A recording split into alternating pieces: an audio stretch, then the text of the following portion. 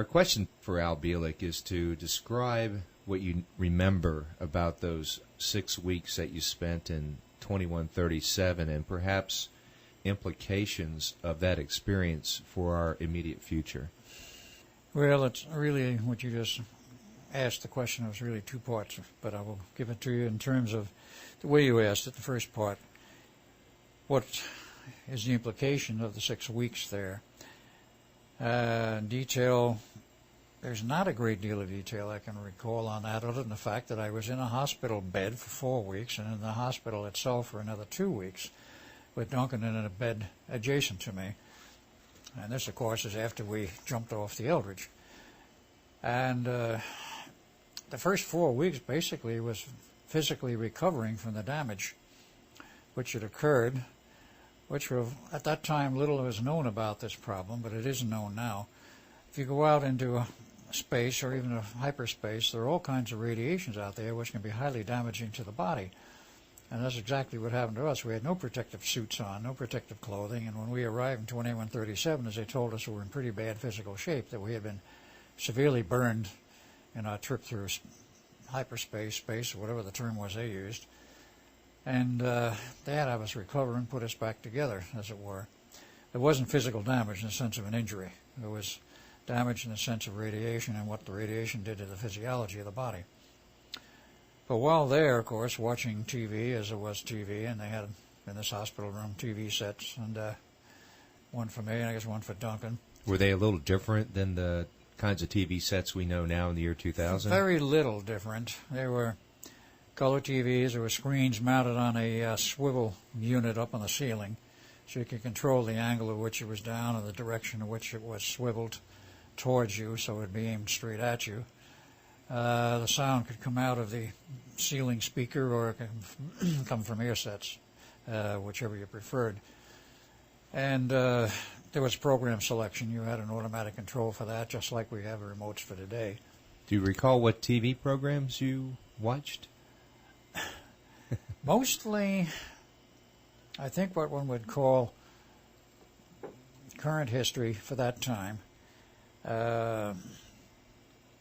News talk, historical stuff, geographical stuff, and soap operas as we know them today. I don't recall there was a single one on the air. There was much more in the way of an educational channel than anything else. It wasn't entertainment as I saw it. I do not recall that there was an entertainment channel per se, because at first I didn't know where we were. I didn't know what had happened. And eventually I started seeing some very strange things on TV. I started asking questions. And the first thing I noted was references geographically to the United States, and I noticed severe changes in the coastlines and the interior, and the fact that Europe didn't look at all like when I had remembered it. And I started asking questions. What's happened? What's been going on? That's when they said, I want to see maps of what's happened and some description. I said, it looks like there's been major earth changes. And I said, yes, there have been. It all happened in the period between the beginning of the 21st century and basically the year 2025. All right, what happened? So they told me, they showed me maps, and to describe it briefly, the east coast of the United States was rather heavily changed, not as much as the west coast, but neither one for that matter. None of the changes I saw would fit some of the very far out maps promulgated in the late 20th century by various people such as the I Am America group and Michael Gordon Scallion and his series of maps. They were what I would consider the worst case possible scenario, and it didn't happen that way. But what I did see was changes in the East Coast, particularly when you went south towards where Georgia, Carolinas and Georgia is. The Georgia coastline had gone inland, so that Atlanta, instead of being about 100 miles from the ocean, was only 3 miles from the ocean. A lot of the east coast of Georgia was gone. Parts of North Carolina had been chopped off. Florida was gone completely except for the area of the Panhandle. Was this on the TV programs that you I saw, saw or did they give you a map? I saw this in references on the TV program, which they showed pictures of the coastline in reference to something else that we're dealing with. And I see this. I said, what is this? This isn't the way I remember it. Mm-hmm. So that's when I started asking what's going on, and they gave me the maps. The Gulf Coast was drastically changed. There was about a 50-mile wide swath north of where we knew the Gulf Coast to be, as it is today, in the beginning of the 21st century. And about 50 miles wide was just gone. It was underwater, which means New Orleans was gone, Houston was gone, Corpus Christi, Texas was gone as such, though it was just barely, because that's a little higher ground there. It was just lowlands that went.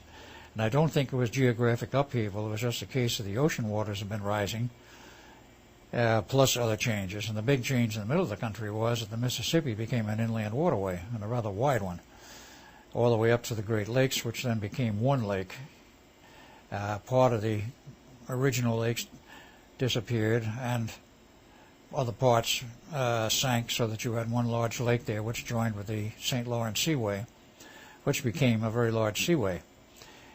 And the rest of the U.S., the western part, to the other side of the new Mississippi Basin, if you will, was all there essentially intact, with the exception of California and parts of Oregon and small parts of Washington. California suffered from where the San Andreas Fault came inland. San Andreas Fault cuts into California between San Francisco and San Jose. That's where it cuts inland and is no longer in the ocean, but is cutting across land. It goes down basically central California, so that when you get past Los Angeles, it winds up cutting through the middle of the Salton Sea. And much of that section west of that fault line, of the San Andreas Fault line, wound up in the ocean, not all of it. San Diego was gone, parts of Southern California was gone, but the strange part was where Los Angeles was, parts of it were still left. The coastal sections, the beach country was gone. The beach areas were collapsed, the cliffs were collapsed. But areas of the higher sections of Beverly Hills were still there. Altadena, Pasadena was still there.